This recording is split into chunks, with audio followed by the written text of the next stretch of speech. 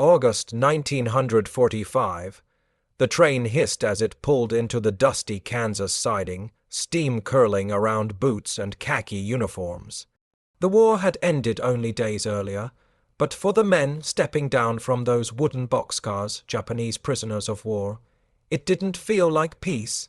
Their uniforms were torn, their heads bowed, their pride somewhere between Hiroshima's ashes and the endless Pacific. A hot wind carried the smell of diesel, wheat, and something unfamiliar. Freedom, maybe, or humiliation. They had expected guards with rifles, insults, maybe jeers. Instead, silence. Then engines deep, rumbling, mechanical beasts crossing the horizon. The prisoners looked up and froze. Tractors, massive steel, bodied tractors bigger than the tanks that had crushed their divisions in the Philippines. But what made them blink wasn't the size, it was who was driving them. Women, American women in coveralls, bandanas tied against the sun, steering machines with one hand and waving with the other. One prisoner muttered under his breath, "Women running machines, that's impossible." Another laughed bitterly, unsure if he should be impressed or ashamed. Back home, women were hidden from war, told to bow to duty. Here, they conquered soil like soldiers. The guards didn't bark orders. They simply gestured toward the fields. The Japanese POW were to help harvest wheat, the crop that fed the armies that had defeated them. Reports later said there were over 18,000 Japanese POW in the United States by the end of that year, with more than 40,000 working on Kansas farms. For the men stepping into that golden field, numbers didn't matter. Only the sound of those engines and the laughter of women who had replaced men. One of them, a young woman with grease, streaked hands climbed down from her tractor, adjusting her cap as she wiped sweat from her face. Her eyes met those of a prisoner still frozen in disbelief. She smiled faintly, not mockery, not victory. Just acknowledgement. It felt heavier than defeat. He didn't know her name, or why that moment burned into his memory. But as the sun dipped lower, her tractor's shadow stretched across him like a verdict. The war was over, but pride hadn't surrendered. He didn't yet know he'd see her again tomorrow, when she'd hand him a wrench and change everything. The next morning broke dry and golden. The wheat shimmered under the Kansas sun as the same woman from yesterday swung herself up onto her tractor. Her hands moved with practiced rhythm throttle, gear, steering wheel. Each motion smooth, deliberate, commanding. The Japanese prisoner watched silently, a shovel dangling uselessly at his side. Back in Tokyo, his officers had screamed about honor and sacrifice, but here, this woman needed neither sword nor salute to command respect. She noticed his hesitation and called out not in English he could understand, but with a tone that left no doubt. A nod toward the field, work, he obeyed. Every crunch of his boots through the wheat felt heavier than any march. Around him, the other POW labored beside women who laughed easily, their sleeves rolled high, their faces streaked with engine oil. There was no hierarchy, no visible shame, only the rhythm of machines and the hum of purpose. By mid-morning, the air buzzed with dust and diesel.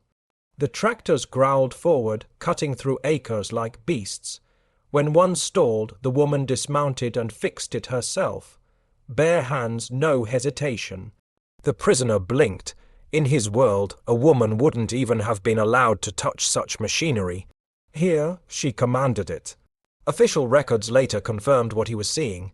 By 1944, nearly 3 million American women had replaced men in agriculture, keeping food supplies steady while their brothers and husbands fought overseas.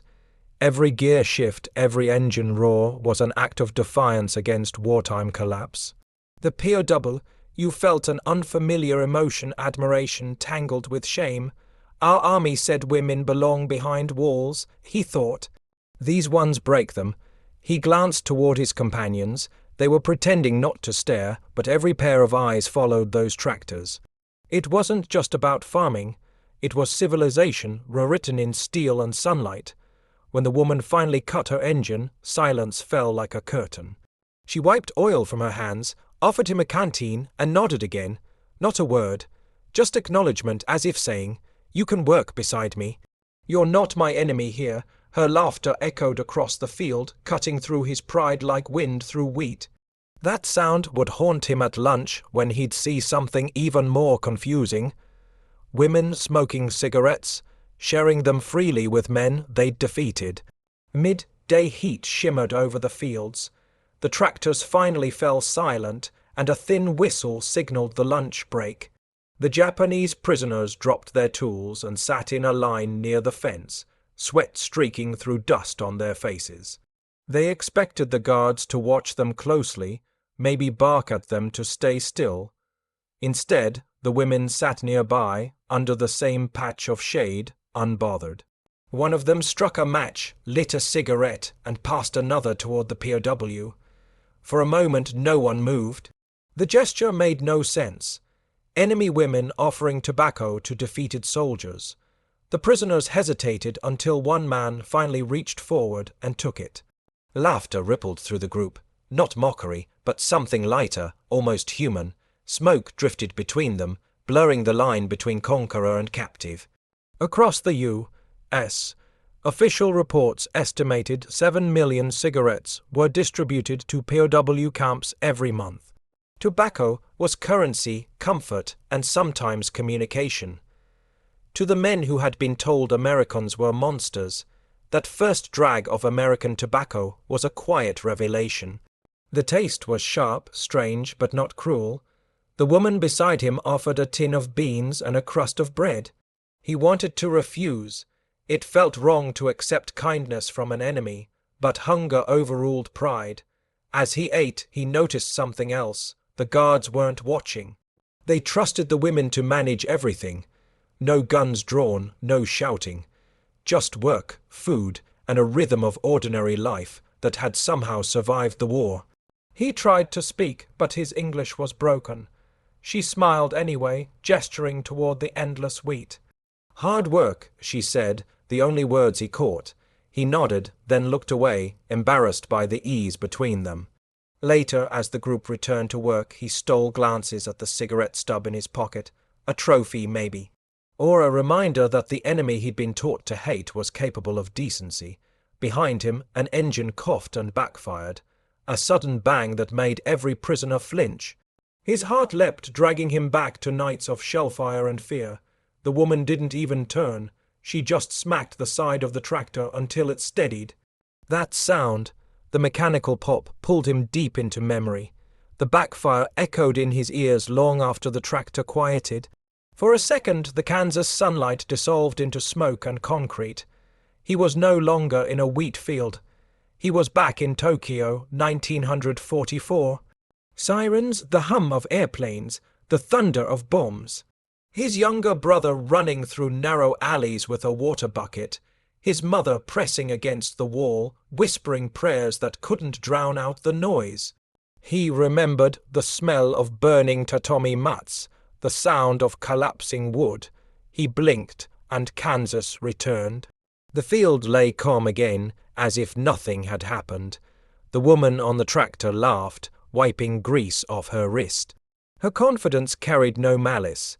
It hit him harder than the sound of any explosion. Back home, his mother would bow to soldiers, eyes down. Here, women didn't bow, they waved. Propaganda posters had once shown Japanese women kneeling, cradling babies while men went to die. "A woman's honor is in her obedience," one had said. Those words rattled through his head now, absurd in this place where a woman could drive a 30-ton machine across miles of open land. According to U.S. wartime data, over 36% of American women entered the workforce by 1944. In Tokyo before the war, that number had been less than 15%. The contrast was staggering. He thought about his mother again. Her hands cracked from scrubbing uniforms for officers who barely looked at her. He wondered what she'd think if she saw this woman now. Sleeves rolled up, face streaked with oil and sunlight. Would she be ashamed or proud? The prisoner reached for the shovel and began to dig, not because anyone ordered him to, but because stillness felt unbearable. Every motion through the soil was an argument with his past. Each scoop of earth whispered the same defiant truth. Maybe their defeat wasn't just military. It was cultural, ideological, human. When he looked up again, the woman was staring back, curious, maybe even concerned. He nodded awkwardly, unsure why. For the first time, she smiled, not the polite one, but real, open. He turned away, heart pounding. The Kansas horizon stretched endlessly ahead, and somewhere in that golden line of sky, a realization was forming. One that would change how he saw every machine around him. By the third week, he no longer flinched when the engines roared. The sound that once echoed like bombers over Tokyo now felt steady, almost reassuring. The tractors didn't threaten, they produced. Every growl of those engines meant motion, food, progress. He started to see them differently, not weapons but statements. That morning, one of the larger machines sputtered to a stop in the middle of the field. The woman, same one with the calm eyes and oil, streaked cheek, hopped down and waved him over. "Come," she said simply. He hesitated. No POW manual had ever prepared him for this. She pointed at the lever, gesturing for him to take the seat. The men nearby stopped working. The guards didn't intervene. Slowly he climbed onto the tractor. The metal was hot under his hands, vibrating with dormant energy. She guided his fingers to the throttle. The machine coughed, then rumbled alive. He almost jumped. She laughed, not mockery, just joy at watching someone else discover power. According to production records, each American tractor replaced the labor of nearly 20 men. By 1945 U.S. farm output had risen over 30%, despite millions of men overseas. These engines weren't just machines, they were the muscle of democracy, the proof that industrial strength could outlast ideology. He pressed the clutch, the tractor lurched forward, and for a heartbeat, he felt something he hadn't known since before capture: control. The woman cheered him on, clapping once before jumping back onto the trailer. The other POWs smiled, a rare break in their guarded silence. For a few moments, the field buzzed with laughter and engine noise, blurring the line between prisoner and worker. As the tractor rolled across the rows, the man realized this was what real power looked like, not fear, not obedience, capability, trust. She had handed him something his own officers never had: the belief that he could be more than a tool. When he finally stopped the machine, she took the wrench from his hand and said 2 quiet words: "Good job." It felt heavier than any medal he'd ever received. He looked at her and finally asked, voice cracking through broken English, "Why are you helping us?" She didn't answer yet, just smiled. That silence would carry into tomorrow, and the question would finally find its answer. The next morning came with a chill breeze rolling across the wheat fields. Dew clung to boots and metal. The Japanese prisoner worked quietly beside the same woman, his mind circling the question that hadn't left his tongue since yesterday. Finally, as the tractor idled and the horizon glowed faint pink, he asked again, his voice cracked, "Why are you helping us?" She paused, eyes narrowing against the sun. A small shrug, "Because we can." No speech, no politics, just that. He waited for more, but she turned back to the engine, tightening bolts, checking oil. The simplicity of her answer stung worse than any insult. He'd been raised to see compassion as weakness. Here, kindness was power. As he worked, he noticed the details. Fresh water laid out each morning, warm bread in the rations, small Red Cross parcels stacked neatly near the barn. Reports would later confirm that over 94% of POW camps in the U.S. received regular Red Cross aid, soap, coffee, medical care. To the prisoners, it was unimaginable. They had been trained to die before surrender, now they were being treated as men again. He thought of his officers who had slapped them for showing fatigue, who saw mercy as treason. Here, the Americans handed them food without suspicion. It was as if the war existed only on maps, not in these fields. When the day grew hot, the woman took off her gloves, wiped sweat from her brow, and handed him the canteen. He hesitated again, still unsure of the rules in this strange kind of captivity. "You think we're bad?" he asked. She looked at him, thoughtful. "You fought. she said softly. So did we, now we farm. The words hit deeper than he wanted to admit. He realized this place wasn't meant to humiliate. It was meant to heal through work. For the first time since his capture, he didn't feel watched. He felt seen. He sat on the fence that evening, watching the sunset melt over the fields. The engines had gone quiet, but his mind buzzed louder than ever. If defeat could look like this calm, decent, almost humane, then what else had he been wrong about? That night he couldn't sleep. Instead he began to write. Lantern light flickered across the barracks that night. The air smelled of oil, wheat dust, and cheap ink. He sat on the lower bunk with a Red Cross notepad, its pages thin and lined. Around him, the other POW hunched over their own scraps of paper, whispering to themselves, searching for words that might survive the censor's pen. The rules were clear. Every letter would be inspected, some never delivered. Still they wrote. It was all they had left to send home. He began carefully, "Mother, I am safe," then paused. How could he explain this, that the Americans fed them, that women drove tractors like officers, that kindness here was stronger than command? His pencil scratched slowly. "They are different from what we were told. According to camp records, more than 500 prisoner letters were censored or withheld across U.S. facilities during the war. Too honest, too sympathetic, too confusing for both sides, but they wrote anyway. Confessions of changed minds that history wouldn't see until decades later." He watched another prisoner, older, once a sergeant, fold his page and sigh. "They won't send it," the man muttered. "But maybe the act of writing is enough." Across the barrack, someone else read aloud half, jokingly, "Tell my sister she could be free too." Laughter followed, quiet but genuine. For the first time, their conversations weren't about battlefields or shame. They were about possibilities. The woman from the fields had given him a new pencil earlier that day. He traced her initials into the wood with his fingernail. It wasn't love, just gratitude that felt dangerously close to hope. Outside, a thunderstorm gathered.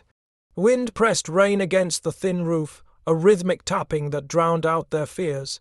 He folded his letter neatly, even knowing it might never travel. The paper smelled faintly of wheat and machine grease. He slid it beneath his mattress, whispering a promise to himself that one day his mother would read it.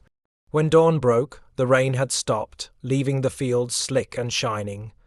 Through the window, he saw her again, boots deep in the mud, trying to push her tractor free. Without thinking, he ran toward the door. That's how the next lesson began, not with words, but with mud, rain, and dignity. The storm had turned the Kansas plains into a swamp of thick brown mud. The tractors sat half, buried, their massive tires sunk and useless. He splashed through puddles, boots slipping, breath misting in the chill morning air. The woman was already there, her hair plastered against her forehead, coat soaked through, pushing at a wheel almost her own height. She grunted with the effort, stubbornly refusing to call for help. Without waiting for orders, he waded in beside her. The mud sucked at his legs, heavy and cold, but he pushed. Another prisoner joined, then another. Together, they leaned into the weight, muscles straining, boots grinding deep until, with a guttural roar, the tractor lurched free. The engine coughed, sputtered, then came alive again. Steam hissed out, and she laughed, a full, unguarded sound that carried over the wet fields. For the prisoners, that laugh meant more than any speech.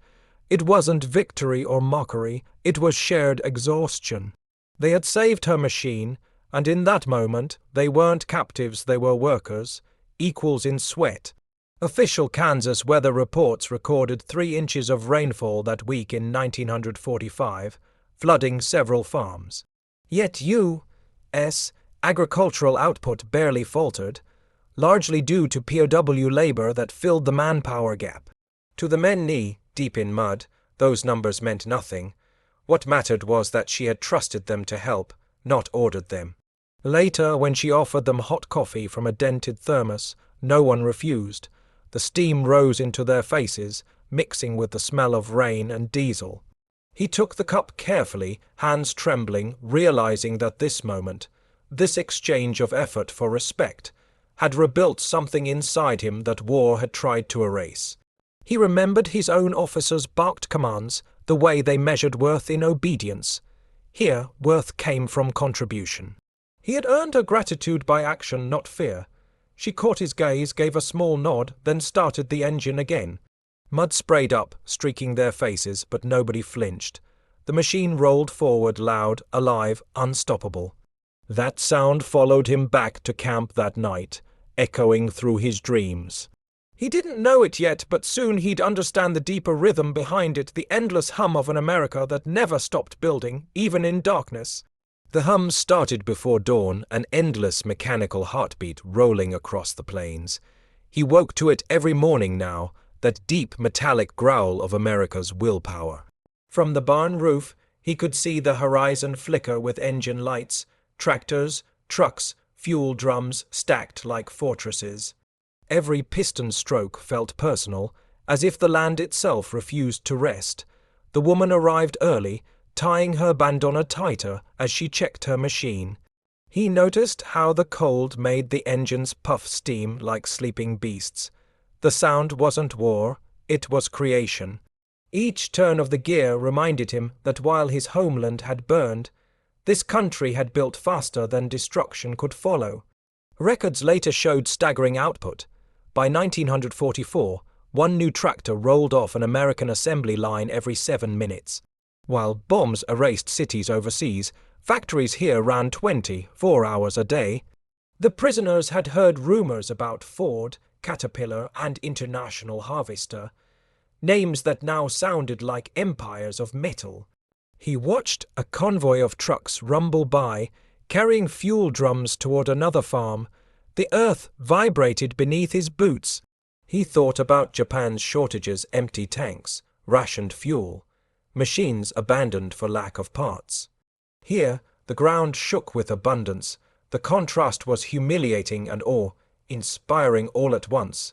Beside him, another POW muttered, "They fight with engines, not swords." He nodded. It was true. America's greatest weapon wasn't bravery, it was motion.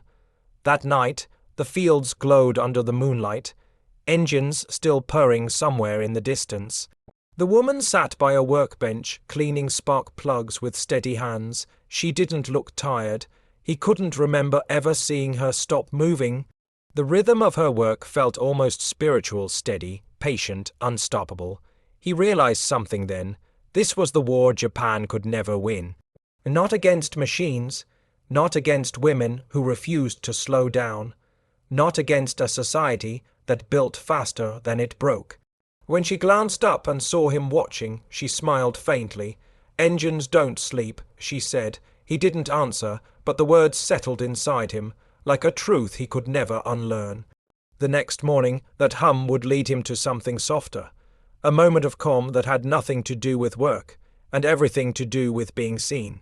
Morning came gentle for once, no engines yet, no shouting, just the quiet hum of stoves inside the mess hut. The smell of coffee drifted through the open door, thick and warm. He stood by the entrance, hesitant, still half expecting a barked order to move away. Instead, the woman waved him in with a flick of her wrist. "Sit," she said simply. He obeyed. The benches creaked under his weight. She poured coffee into a dented tin cup and slid it toward him. The liquid was black, bitter, but it carried something richer than taste, trust. He sipped slowly, his hands trembling from the heat. For the first time in years, he didn't feel like a number or a soldier. Just a man having breakfast. The guards ate nearby but didn't interfere. A few of the women joked about the POWs' table manners, teasing without cruelty. One nudged the other and said, "They're learning faster than our tractors." Laughter rippled through the room. To his surprise, he smiled too. Official U.S. Army camp reports later noted that incidents of violence among POW in America stayed below 1%, a statistic nearly unheard of in wartime. The secret wasn't fear. It was routine, respect, and small gestures like this. He noticed her hands again, calloused, strong, stained with oil. They weren't soft, but they were kind, When she caught him staring, she smirked. "You like machines?" He nodded. She pointed to the window, where sunlight spilled across a line of parked tractors. "Machines like coffee too." She joked, and he laughed before realizing it. The sound startled him. He couldn't remember the last time he'd laughed without guilt. The moment hung there, two former enemies sharing warmth in a world that was trying to heal. She didn't talk about politics or forgiveness, just poured another cup and said, "Work waits." He followed her outside, the air sharp and bright. His stomach felt strange, not from hunger but something gentler, gratitude maybe. Their hands brushed when she handed him his gloves. Just a flicker, a second too long, but enough to startle them both. She turned away, pretending to adjust her sleeve. He stared at his gloves like they'd changed weight. He didn't know it yet, but that brief touch would start unmaking the soldier he thought he was. He didn't notice the change at first. It came slowly, like rust giving way to light under old paint. Days blurred together, fields, engines, the steady rhythm of labor, and somewhere in that repetition, the edges of his identity began to soften. The woman's laughter no longer sounded foreign. Her voice marked the start and end of each day more surely than the camp siren ever could. One afternoon, she caught him humming. It startled them both. He hadn't realized he still knew how. She grinned, tossed him a wrench, and said, "Keep that rhythm going." He did. The hum of engines joined the tune until it became one sound. His, hers, the land's. He remembered the words his officer had shouted before surrender. Better to die than live in shame. Yet here, living felt nothing like shame. He'd expected cruelty, indoctrination, revenge. Instead, he'd been handed work, trust, and the small, impossible luxury of normalcy. According to U.S. repatriation surveys, nearly 90% of Japanese POW released by 1946 reported changed perceptions of Americans. The data made sense to him now. It wasn't propaganda, it was contact. Every shared meal, every laugh over a broken belt or jammed clutch rewrote something fundamental. He started staying late in the fields, pretending to check equipment long after others had gone. She'd walk by, shaking her head. "You're worse than my engine," she teased. He didn't answer, but his chest felt lighter every time she said it. One evening, as the sky bled orange, he realized he hadn't thought about the empire, the war, or the shame of surrender in days. The weight of loyalty and defeat had faded beneath calloused hands and honest work. He was no longer a soldier serving orders, just a man keeping machines alive. The wind picked up, carrying wheat chaff across the field like gold dust. He turned toward the horizon, knowing his time here was ending soon. Rumors said ships were coming to take them home. He looked at the tractors lined in neat rows and thought of her, of everything she'd unknowingly rebuilt inside him. Tomorrow, she'd tell him the news. Tomorrow, he'd have to choose what part of himself he'd take back to Japan.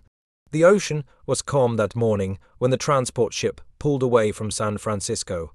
He stood on deck, cap in hand, watching the skyline shrink into mist. The hum of the engines beneath his feet felt almost familiar now, steady, mechanical, alive. It reminded him of Kansas. Of her, of those tractors that had roared through his pride and rebuilt something better in its place. Years passed, he returned to Japan, rebuilt his life, married, raised children. Factories replaced ruins and steel returned to the nation's heartbeat. Yet every time he saw a plow or a rumbling truck, his mind drifted back to that wheat field. The smell of diesel and sunlight, the laughter carried on warm wind. Decades later, in 1955, he visited a new agricultural exhibition in Tokyo. Rows of gleaming American machines stood beneath banners of progress. One in particular caught his breath, a restored Caterpillar tractor, the same model he'd driven under her watch. Its paint was fresh, but the shape was unmistakable. He stepped closer, running his fingers along the fender. In the polished metal, he saw his reflection and for an instant hers beside it. According to trade records, Japan imported over 12 00 American tractors in the decade following the war. Those same machines transformed the island's farms, feeding a generation that had once starved through conflict. He wondered how many men like him, once soldiers, had stood in similar silence, realizing their old enemies had taught them how to live again. A museum attendant noticed his pause. "You worked on one of these?" the man asked politely. He smiled faintly. "Once," he said, "long ago, in America." He didn't tell him about the woman or the laughter or how defeat had become education. Some things were too delicate to explain, lessons learned not through speeches, but through grease, sweat, and shared humanity. As he walked away, he glanced back at the tractor one last time. Its engine sat quiet now, a relic. But in his mind he still heard it running, steady, alive, eternal. The same sound that had once filled a Kansas field and taught a broken soldier that dignity could grow even from the soil of defeat.